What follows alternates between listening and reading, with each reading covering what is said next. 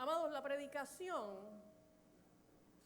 este espacio que nosotros le llamamos todos los domingos la predicación, y que así se llama también en otras iglesias, tiene que ser un espacio de exposición de la palabra. Amén. Es como lógico. Sin embargo, muchas veces lo que escuchamos es historias muy emocionales que pueden ser inspiradoras, pero no son la palabra de Dios. Amén. Muchas veces lo que escuchamos es una persona como si tuviera una bola de cristal, ¿verdad? Diciendo las cosas que van a pasar en el futuro. Y tengan cuidado con eso. ¿Ok? A veces lo que escuchamos es un montón de gritos y oraciones que no se completan sin que se interrumpan con alabanzas, ¿no? Y lamentablemente, cuando nosotros miramos la condición tan raquítica de los creyentes de nuestra generación, no estoy hablando solo de Puerto Rico,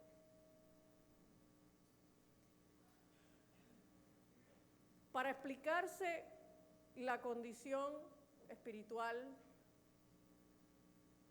de los creyentes, usted tiene que mirar primeramente quiénes son sus predicadores. ¿Ok? Así que, aquí estoy asumiendo la responsabilidad. Si ustedes tienen una responsabilidad, es intransferible. Al final del día, ustedes no pueden echarle la culpa a los predicadores. ¿Ok? Pero no es menos cierto que los predicadores tenemos una responsabilidad cada vez que nos paramos frente a una congregación y vamos a ocupar este turno al bate para predicarle a la iglesia. Si vamos a predicarle a la iglesia, tenemos que enseñarle la palabra de Dios. Amén. Dice Pedro que añadan a la fe virtud y a la virtud conocimiento. Eso quiere decir que usted entró por esa puerta porque por lo menos tiene alguna fe o porque alguien lo obligó. ¿Okay? Hay algunos que entran a la iglesia porque los obligaron. La primera vez que yo entré a una iglesia fue así. ¿Okay? Así que también vale, si usted está aquí porque te obligaron, pues, qué bueno. Sí, qué bueno.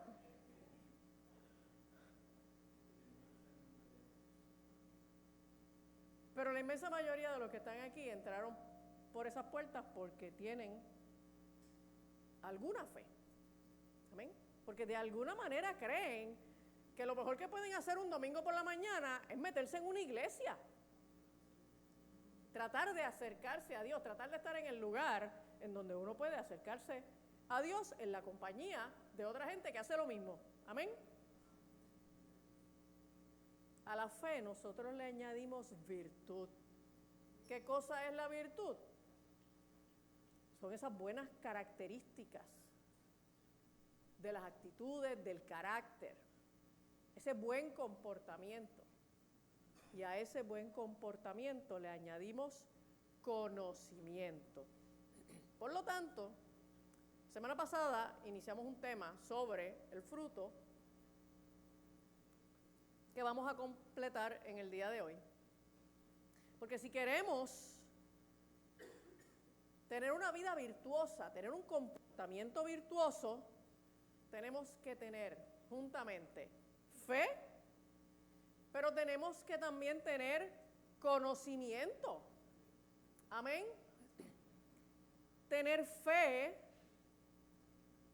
no implica que usted tiene que renunciar a la razón y a la búsqueda del conocimiento. Todo lo contrario. Si usted tiene fe, pero su fe no tiene contenido, la pregunta es, ¿en qué usted cree? Porque los musulmanes tienen fe, Y los budistas tienen fe. Los espiritistas tienen fe. Los satanistas también. La fe de ellos los va a llevar al infierno. ¡Auch! Por lo tanto, decir a secas, no, porque lo más importante es tener fe y solo eso. La fe solita puede ser una conducta de riesgo. ¿Ok? Así que más vale que usted tenga fe, que usted llene esa fe de conocimiento, de argumentos sólidos de la palabra de Dios. Y es eso lo que realmente va a producir la virtud, porque la virtud no es otra cosa que el fruto del Espíritu. Así que vamos a Gálatas 5, desde el verso 16. Vamos a leer hasta el verso 25.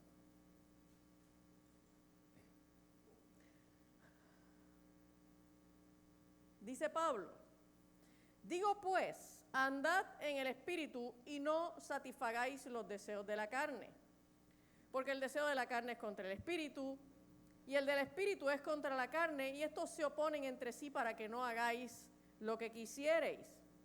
Pero si sois guiados por el Espíritu, no estáis bajo la ley. Y manifiestas son las obras de la carne, que son adulterio, fornicación, inmundicia, lascivia, idolatría, hechicerías, enemistades, pleitos, celos, iras, contiendas, disensiones, herejías, envidias, homicidios, borracheras, orgías y cosas semejantes a estas, acerca de las cuales os amonesto, como ya os lo he dicho antes, que los que practican tales cosas no heredarán el reino de Dios. Mas el fruto del Espíritu es amor, gozo, paz, paciencia, benignidad, bondad, fe, mansedumbre, templanza. Contra tales cosas no hay ley. Pero los que son de Cristo han crucificado la carne con sus pasiones y deseos. Si vivimos por el Espíritu, andemos también por el Espíritu. Y entonces, en ese pasaje, Pablo nos menciona 4 cosas que nosotros tenemos que hacer en el Espíritu o por el Espíritu, ¿ok? Dice en los versos 16 y 25 que tenemos que andar en el Espíritu. Dice en el verso 18 que tenemos que ser guiados por el Espíritu. En el verso 22 al 23 que tenemos que llevar el fruto del Espíritu. Y en el verso 25 que tenemos que vivir por el Espíritu. Así que Pablo está describiendo una vida plenamente espiritual. Que anda, que es guiada, que vive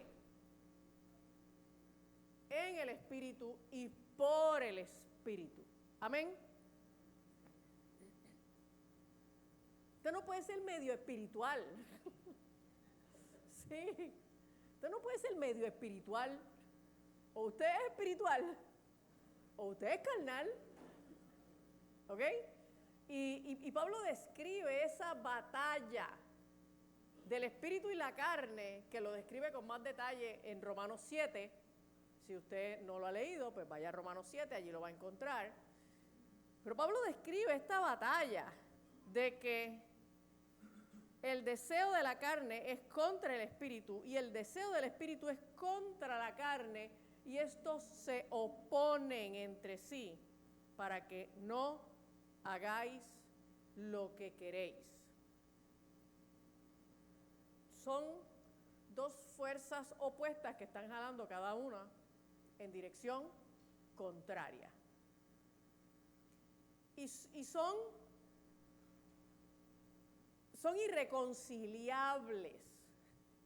Son mutuamente excluyentes. Tú no puedes satisfacer los deseos de la carne y andar en el espíritu a la vez. ¿Lo vieron? En psicología hablamos del fenómeno de la incongruencia y cómo la incongruencia provoca tensión emocional.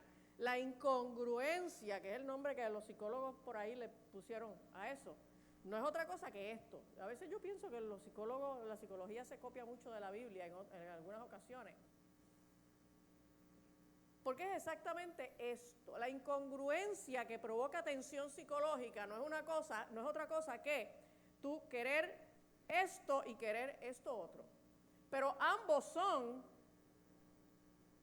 mutuamente excluyentes. No los puedes tener los dos a la vez.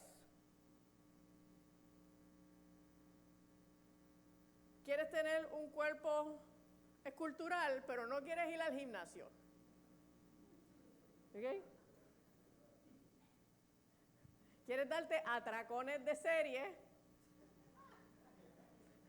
mientras comes nachos con queso y Coca-Cola. ¿Ok? Ay.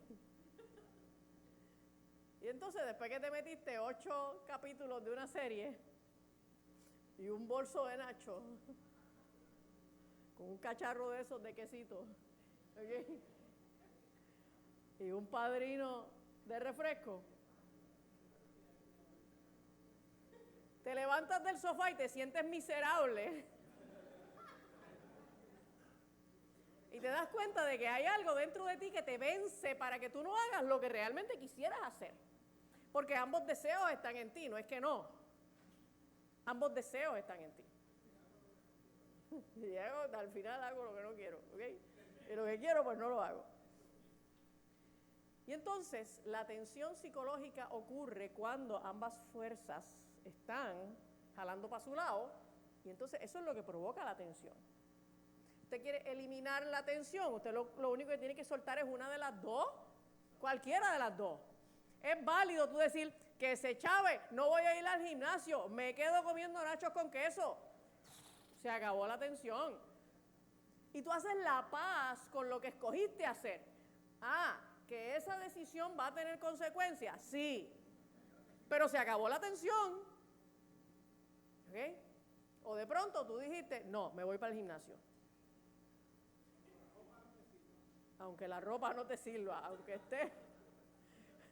aunque la camiseta te estrangule por el pescuezo, tú te dices, me voy para allá. ¿Ok? Y la tensión se libera cuando tú le das la espalda a uno y persigues el otro. No importa cuál de los dos tú le des la espalda, no importa cuál de los dos tú persigas, la tensión psicológica se acaba. Pues no estás en el conflicto, ¿okay? De dos fuerzas jalando cada una para su lado. Claro, hay una decisión, hay una elección que es la correcta y tiene buenas consecuencias para tu vida, y hay otra elección que es incorrecta y va a tener malas consecuencias para tu vida. Y cuando estamos hablando de la elección de vivir en la carne o vivir en el espíritu, las consecuencias son eternas. Pero tú puedes escoger cualquiera de las dos y por lo menos resuelves la tensión psicológica de la incongruencia. ¿Amén? Si escoges vivir en la carne, pues vas a pasar la vida aquí sin estrés, y pues yo no sé si pasarás la eternidad en el infierno sin estrés. Puede ser que estés en el infierno relax. Y, espérate, puede ser. Yo prefiero no averiguarlo. Entonces, cuando miramos la palabra fruto ahí en Gálatas, interesantemente aparece en singular. No está hablando de los frutos del Espíritu, está hablando de el fruto del Espíritu. Se refiere a una sola cosa, está hablando de un solo fruto que se manifiesta en una diversidad de actitudes, de comportamientos, y es por esa razón que entonces nosotros debemos visualizarlo como una sola cosa integrada. Y no decir, bueno, pues yo tengo amor, pero no tengo paciencia. No. Porque en el fruto del Espíritu está todo. Mira lo que dice Filipenses 1, del 9 al 11. Esto pido en oración, que vuestro amor abunde aún más y más en ciencia y en todo conocimiento. Fíjese que usted no se suicida intelectualmente, que usted no le da la espalda a la ciencia y el conocimiento. No, que tu amor abunde aún más en toda ciencia y en todo conocimiento. Amén. Para que aprobéis lo mejor, a fin de que seáis sinceros e irreprensibles para el día de Cristo, llenos de frutos de justicia, que son por medio de Jesucristo para gloria y alabanza de Dios. Así que en Filipenses Pablo lo menciona como el fruto de justicia. Ahora, esas 9 cualidades que aparecen en Gálatas 5, básicamente se refieren, es como si fuera una lista general, no es una lista exhaustiva. Hay otras muchas cualidades que la gente que vive en el Espíritu debe manifestar más allá de solo estas 9 que se mencionan ahí. Y estas 9 aparecen como un ejemplo de lo que es la labor santificadora del Espíritu en cada creyente. Vamos a verlas una por una. Lo primero que menciona Pablo es que el fruto del Espíritu es primeramente amor. Nosotros ya vimos en 1 de Corintios 13, en el estudio bíblico, los miércoles. Venga al estudio bíblico, hermano, no deje de venir. ¿Okay? Que Pablo lo explica de la siguiente manera: el amor es sufrido, es benigno. El amor no tiene envidia, el amor no es jactancioso, no se envanece, no hace nada indebido, no busca lo suyo, no se irrita, no guarda rencor, no se goza de la injusticia, mas se goza de la verdad. Todo lo sufre, todo lo cree, todo lo espera, todo lo soporta. Así que los que viven en el Espíritu tienen la capacidad de exhibir un amor que no es un amor egoísta, que es un amor que es capaz de dar, que es un amor que es capaz de sacrificarse, y eso hoy puede estar muy distante a lo que es la definición del amor según el mundo. ¿Ok? Porque de hecho la definición del amor según el mundo está muy conectada con la sexualidad. Y en los años 60 nos empezaron a introducir el concepto de hacer el amor como un sinónimo de tener relaciones sexuales. ¿Ok? Y oiga, no corregir unos conceptos a tiempo evoluciona en unos desastres culturales inmensos. ¿Ok? Porque hoy nosotros vivimos frente a la legalidad del matrimonio de personas del mismo sexo. ¿Por qué? Por el amor. Porque es amor. Y porque todo el mundo tiene derecho de escoger a quién ama. Bueno, pues la gente tiene derecho de escoger a quién ama, eso no existe, eso no es falso.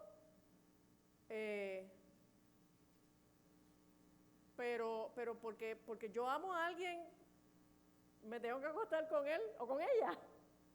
Entonces, fíjense el abismo que hay entre un concepto y otro, entre amor y relación sexual, que a lo largo de las décadas solo los fuimos integrando, y hoy hay una plaga entre los adolescentes, especialmente en los de adolescencia temprana, estoy hablando de 11 a 13 años, mayormente en las niñas, que cuando hacen esta amiguita, esta best friend forever, que es un fenómeno normal de la adolescencia, pues porque con esta amiguita tú te sientes tan afín, tan conectada, te sientes que son almas gemelas. Pues entonces entiendes que es que están enamoradas y son novias, se hacen novias, ¿ok? Y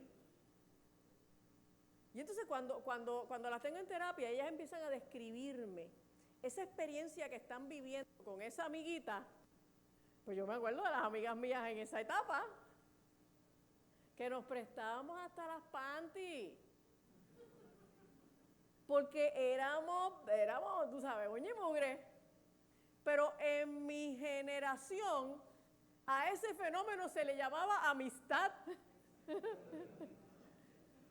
Y yo nunca me pregunté si yo estaba enamorada de alguna de ellas. Era como que, pues, estas eran mis amigas de la vida. ¿Ok? Y entonces tú pasabas el día entero en la escuela, hablando y relajando con ella, y cuando llegabas a las 3 de la tarde a tu casa, agarrabas el teléfono y las llamabas. ¿Ok? Y entonces mami me preguntaba, nena, pero ustedes no tuvieron suficiente tiempo para hablar. Entonces eso se llamaba amistad en mi época. Y entonces pues no, cuando yo las presentaba, pues que yo decía, mira, fulana es mi amiga. ¿Ok? No, pero ahora son novias. Porque juntamos los dos conceptos, porque nos dejamos llevar por las variantes culturales para definir los comportamientos y las actitudes de la gente. En la medida en que nosotros nos apartamos de la Biblia, que es la única revelación que no cambia a lo largo de los siglos, pues entonces nosotros vamos a vivir entendiendo el mundo y nuestra propia experiencia humana a base de lo que la cultura nos diga. ¿Ok? Por lo tanto, entienda que el amor, cuando la Biblia dice que el fruto del Espíritu es primeramente amor, está hablando del amor tal y como lo define la palabra de Dios. Cuando hoy nosotros tenemos iglesias en donde se casan a personas del mismo sexo o se nombran ministros, se ordenan ministros que tienen relaciones activas con personas del mismo sexo, créame que la definición de amor que le están dando a la gente en esa iglesia no salió de la Biblia. Amén.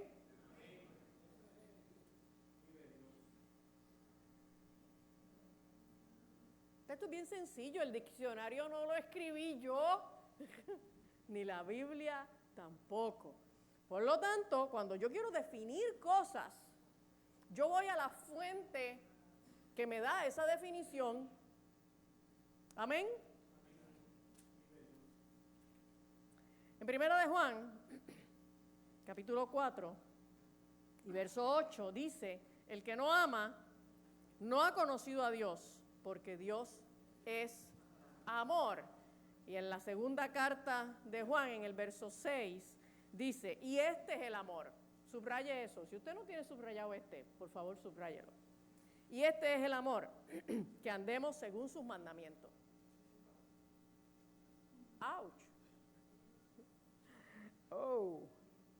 Y este es el mandamiento, que andéis en amor, como vosotros habéis oído desde el principio. Ahora, también tenemos el gozo. Y el gozo no necesariamente implica estar todo el tiempo sonreído, ni tampoco tener esa expresión de lo que nosotros le llamamos felicidad, ¿okay? Aquí en la tierra. Sino que es una felicidad que se basa en la confianza que nosotros tenemos en las promesas eternas y las vivimos como realidades aquí, incluyendo la realidad más árida que nosotros podemos vivir, que es la muerte propia o la muerte de nuestros seres queridos, que nosotros la podamos vivir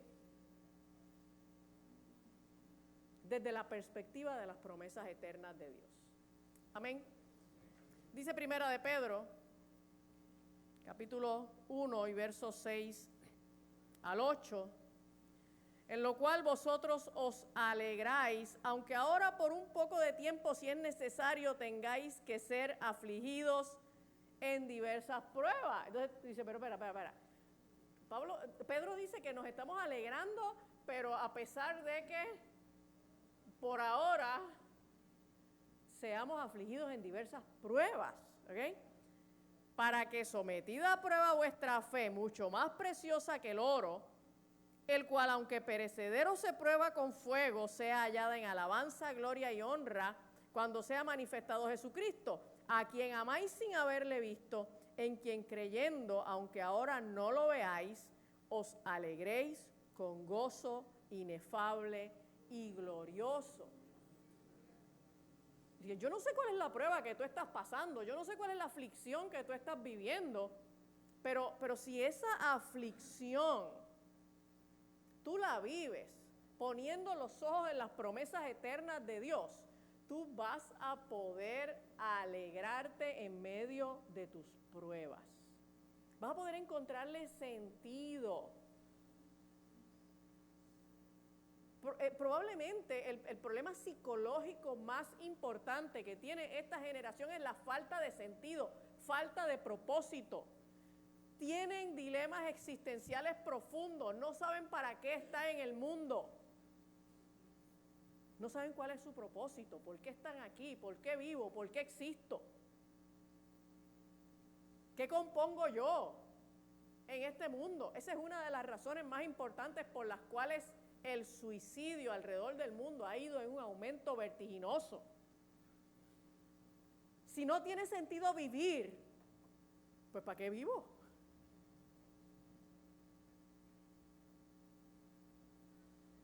Pero si usted tiene ese sentido eterno y usted confía que no importa lo que usted esté pasando aquí, las promesas de Dios nunca cambian y un día lo verás.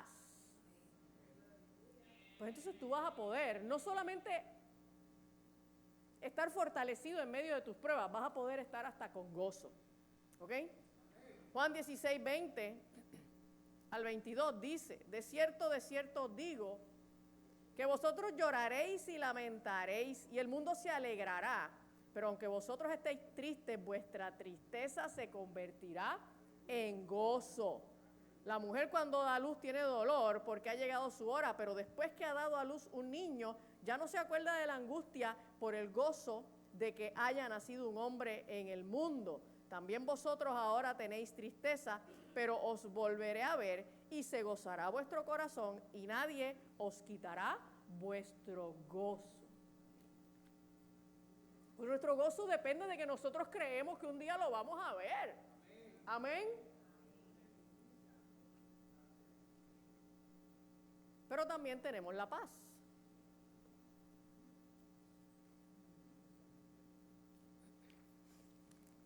Y la paz es esa respuesta ordenada, resuelta y tranquila ante cualquier cosa que la vida ponga por delante. Dice Filipenses capítulo 4.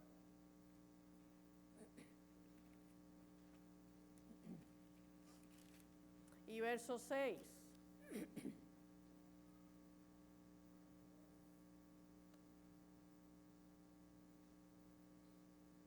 Por nada estéis afanosos, si no sean conocidas vuestras peticiones delante de Dios con toda oración y ruego y con acción de gracias. Y la paz de Dios, que sobrepasa todo entendimiento, guardará vuestros corazones y vuestros pensamientos en Cristo Jesús.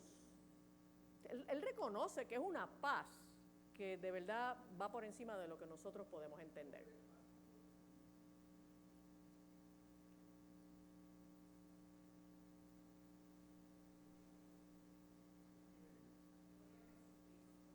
La paciencia.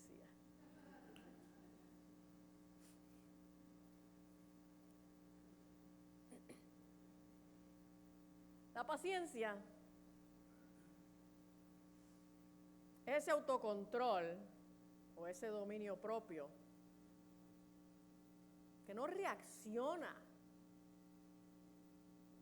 de manera violenta, de manera vengativa ante las cosas que están ocurriendo a tu alrededor o que te están haciendo, que soporta los agravios sin necesidad de venganza y espera en la intervención de Dios. ¿Okay? Que en vez de decir yo te cojo bajando,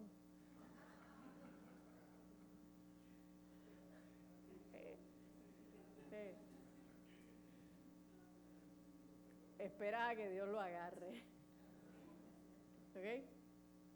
Oye, de verdad, la gente que me hace daño, les va mejor si yo soy la que tomo venganza. Sí. Si no se arrepienten para que Dios tenga misericordia de ellos, les va a ir peor. Téngalo por seguro. Téngalo por seguro. Si se arrepienten y Dios tiene misericordia de ellos, pues está bien, por lo menos nos veremos en el cielo y allí no me fastidiarán. Porque, ¿sabes? Porque ya entonces van a tener alitas en la espalda. Mira lo que dice 2 de Corintios, capítulo 6.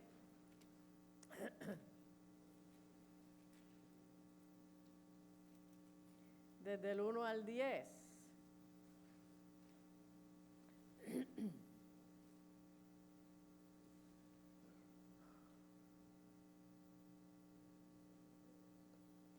Así pues nosotros como colaboradores suyos os exhortamos también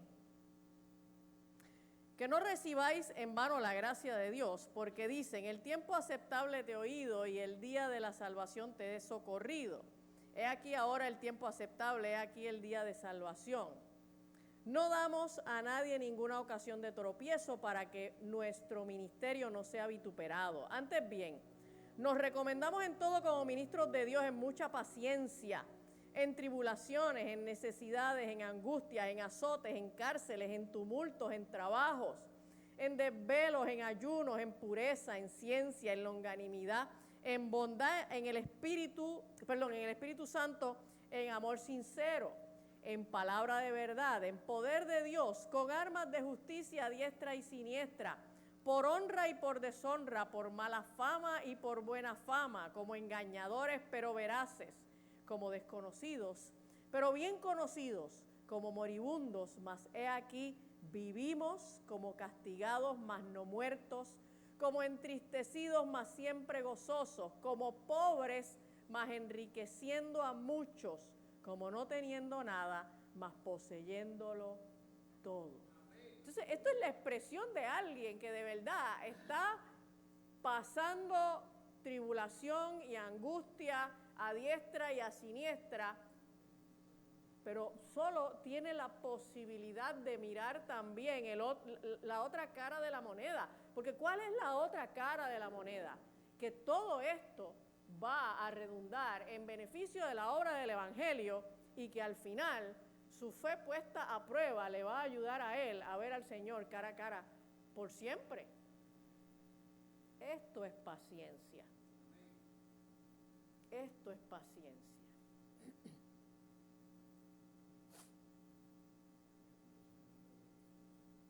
Santiago 5,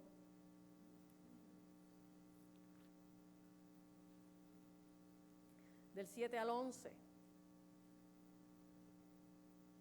Dice, por tanto, hermanos, tened paciencia hasta la venida del Señor. Mirad cómo el labrador espera el precioso fruto de la tierra, aguardando con paciencia hasta que reciba la lluvia temprana y tardía. Tened también vosotros paciencia y afirmad vuestros corazones porque la venida del Señor se acerca. Hermanos, no os quejéis unos contra otros para que no seáis condenados. He aquí el juez está delante de la puerta. Hermanos míos, tomad como ejemplo de aflicción y paciencia a los profetas que hablaron en nombre del Señor. He aquí tenemos por bienaventurados a los que sufren. Habéis oído de la paciencia de Job y habéis visto el fin del Señor, que el Señor es muy misericordioso y compasivo. Si usted quiere ver un ejemplo de paciencia, pues léase los 42 capítulos de Job y usted vea qué fue lo que al final Dios hizo. Tenemos la benignidad. La benignidad es esa atención, es esa preocupación por los demás que busca activamente formas de servir. Es esa actitud de tú ver a alguien que tiene una necesidad y tú moverte a hacer algo en favor de esa persona. Efesios 4, 31 al 32 dice: quítese de vosotros toda amargura, enojo, ira, gritería y maledicencia y toda malicia. Antes sed benignos unos con otros, misericordiosos, perdonándoos unos a otros como Dios también os perdonó a vosotros en Cristo. Benignidad es cuando alguien te hace daño y de pronto la vida te lo pone de frente y tú tienes la oportunidad de hacerle bien. ¿Ok? Y tú tienes la oportunidad de hacerle bien. Bondad. La bondad se parece un poco a la benignidad y es esa capacidad de buscar el mejor interés de las personas, incluso cuando esa búsqueda de ese mejor interés implique que haya que corregir a alguien. Porque esta cosa de estar corrigiendo gente no es fácil, hermano. ¿Ok? Sí, la gente quiere a uno mucho hasta que uno les dice: mira, tú estás mal.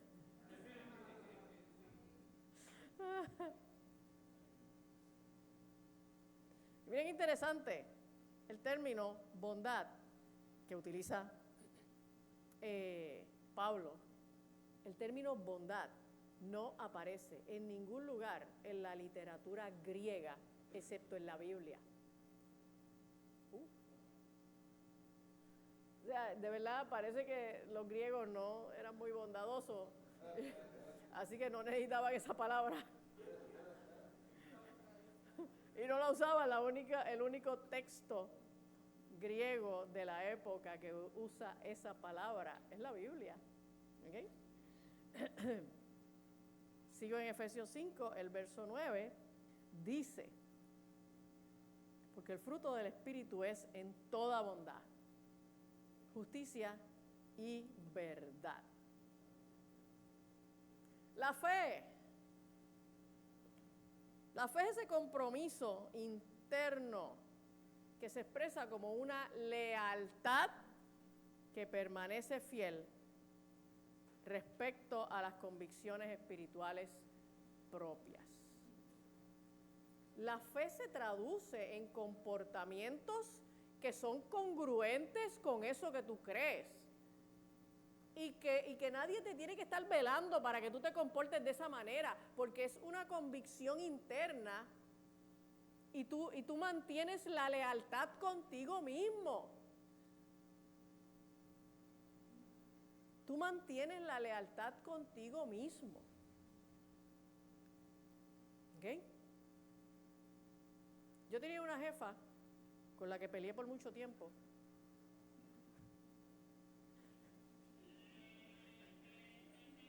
Y yo le decía a ella: mira, tú a mí no me tienes que velar, porque yo no trabajo para ti, le decía.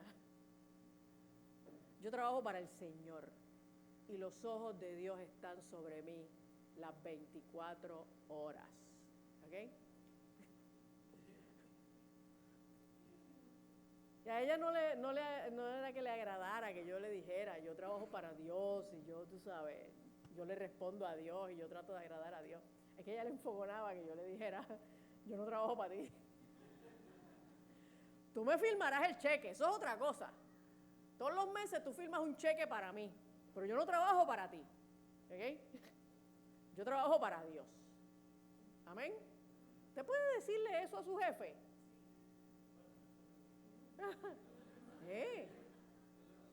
Vaya a su lugar de trabajo todos los días a ser fiel con sus propias convicciones de fe.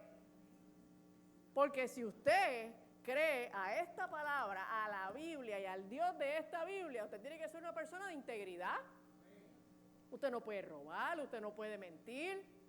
Así que usted va a entrar todos los días a su lugar de trabajo, aunque sea un lugar detestable, aunque allí haya gente que estén haciéndole daño.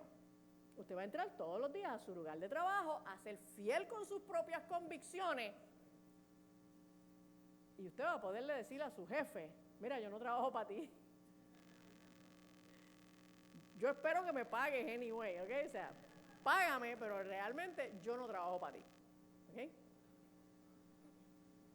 Y Hebreos 11:1, ustedes lo conocen, dice que la fe es, ¿qué cosa? La certeza de lo que se espera, la convicción de lo que no se ve. Ahora, vamos a la mansedumbre.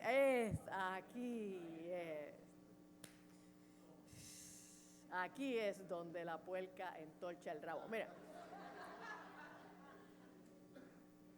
La mansedumbre es esa docilidad de carácter. Yo digo, yo me río. Ay, Dios mío. No, pero yo he ido aprendiendo, ¿ok? Y miren qué interesante, en su concepto original en el Antiguo Testamento, la palabra mansedumbre se utilizaba para referirse a una bestia domada. A mí me ayuda a visualizar mi carácter como una bestia que yo me le tengo que montar ahí todos los días. Y, amado, pues, o sea, miren, ninguno de ustedes es Mary Poppins, ¿ok? Sí, así que de verdad, yo tengo mi bestia y tú tienes la tuya. ¿Ok? La mansedumbre describe la sumisión a la voluntad de Dios, la educabilidad, o sea, esa capacidad de tú dejarte enseñar y no pararte en las dos patas de atrás y decir, no, esto es así porque yo lo digo y se acabó y yo soy el que estoy bien y yo siempre sé. Y consideración por los demás. Mire lo que dice Jesús en Mateo 11:29. Llevad mi yugo sobre vosotros y aprended de mí, que soy manso y humilde de corazón, y hallaréis descanso para vuestras almas. Si nosotros aprendemos a ser mansos y humildes como Jesús, oye, la vamos a pasar más suavecito, vamos a encontrar descanso para nuestras almas, porque esta cosa de ser potrón no te deja vivir en paz, amén. Si a alguno de ustedes Dios le está hablando hoy.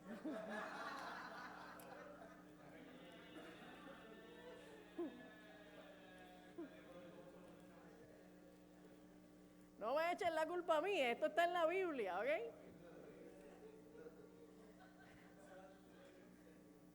Santiago 1:21 dice, por lo cual, desechando toda inmundicia y abundancia de malicia. ¿Cuántos a veces tienen abundancia de malicia? Sí, por montones, ¿verdad?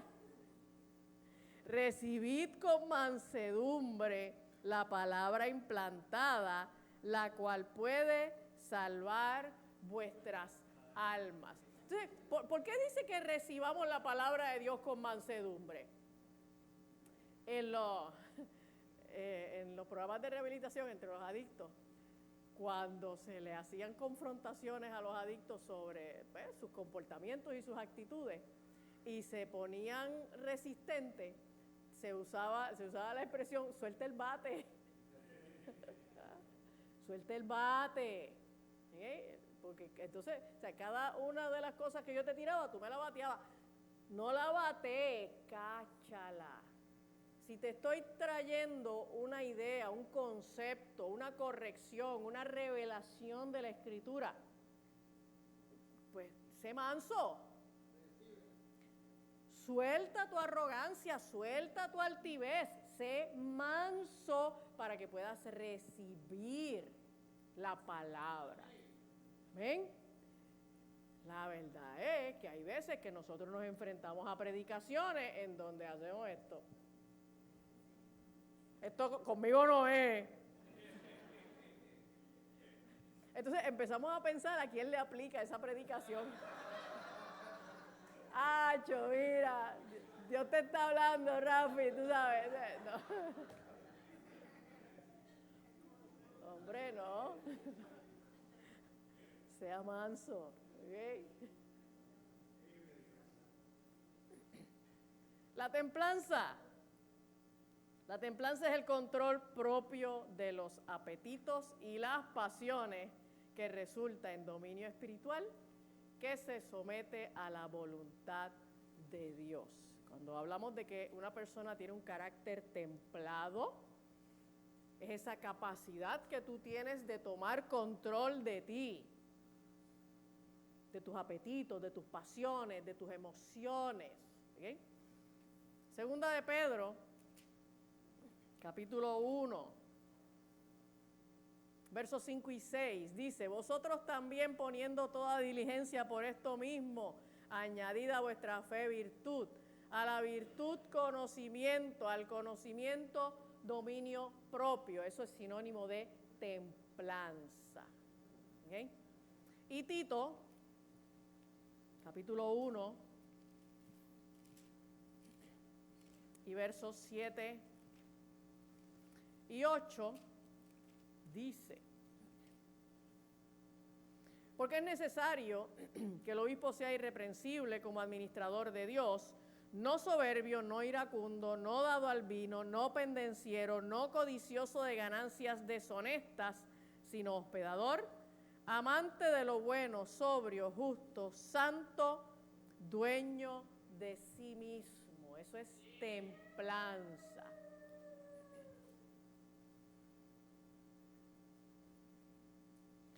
De modo que, cuando nosotros somos gente que ha nacido de nuevo y el Espíritu Santo ha venido a morar en nuestras vidas y nosotros le permitimos al Espíritu Santo que gobierne en nuestras vidas y nos sometemos a ese gobierno de Dios en nuestras vidas, nosotros empezamos a dar el fruto en el comportamiento, en el carácter, en las actitudes, en la manera de vivir. Es el momento en que nosotros empezamos a dar un verdadero testimonio de Jesucristo en el mundo, porque empezamos a comportarnos como Él. Dar el fruto del Espíritu es la manera como la gente puede ver a Cristo en ti. Los dones son bien chéveres, pero realmente, yo creo que el alcance de los dones del Espíritu puede llegar a ser muy limitado en muchas instancias, porque depende de contextos muy específicos. ¿Okay? Hablar en lengua, en alguna oración, traer alguna profecía, sanar un enfermo. Pero yo creo que el alcance mayor, el poder más expansivo para influenciar al mundo es exhibiendo el fruto del Espíritu. ¿Y contra estas cosas no hay ley. Y no hay argumento. Tú podrás decir que tú no crees que Cristo resucitó. Pero si yo me comporto como Él, y antes yo no era así, pues entonces no podrás negar que algo pasó en mi vida. Y ese algo es una experiencia que me capacita para parecerme a Él. Amén. Termino con 2 de Pedro capítulo 1 y verso 8.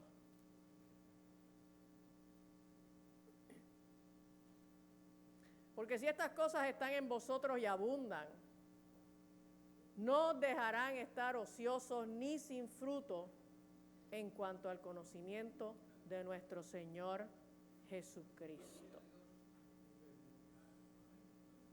Y yo estoy segura de que todos los que están aquí sentados hoy están aquí hoy porque quieren acercarse a Dios de una manera en que puedan estar